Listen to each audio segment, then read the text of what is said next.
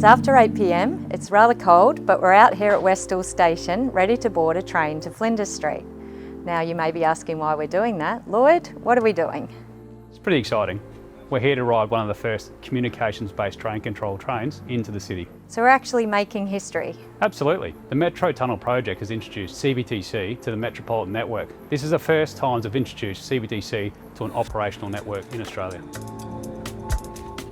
So the existing train network has been running for 70 years, safely and efficiently. Why is it that we're introducing a new system? Well, in a conventional railway, we have signals that most people have seen around the railway. They're the red, yellow and green lights that you've seen on the side of the railways. They're not unlike a car traffic light system where the trains can safely keep separation between each train via the use of those signals. In CBTC mode, we're going to have those signalling inside the cab and the external signals will be extinguished.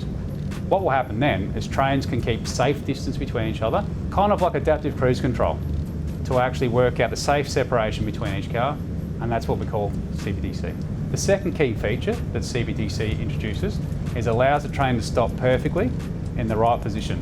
So we can stop at the screen doors in the right location to allow for the doors to open up. And the platform screen doors are also a first for Victoria.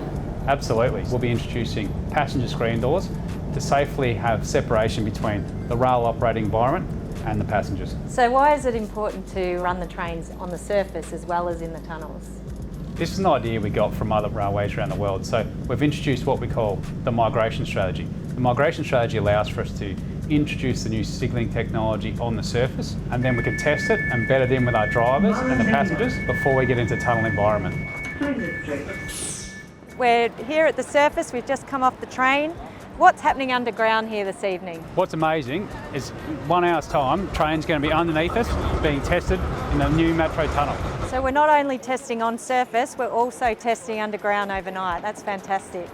So testing and commissioning our trains brings us one step closer to day one. So what's it going to mean for our commuters when they come out of those stations and into our city? It's going to be amazing.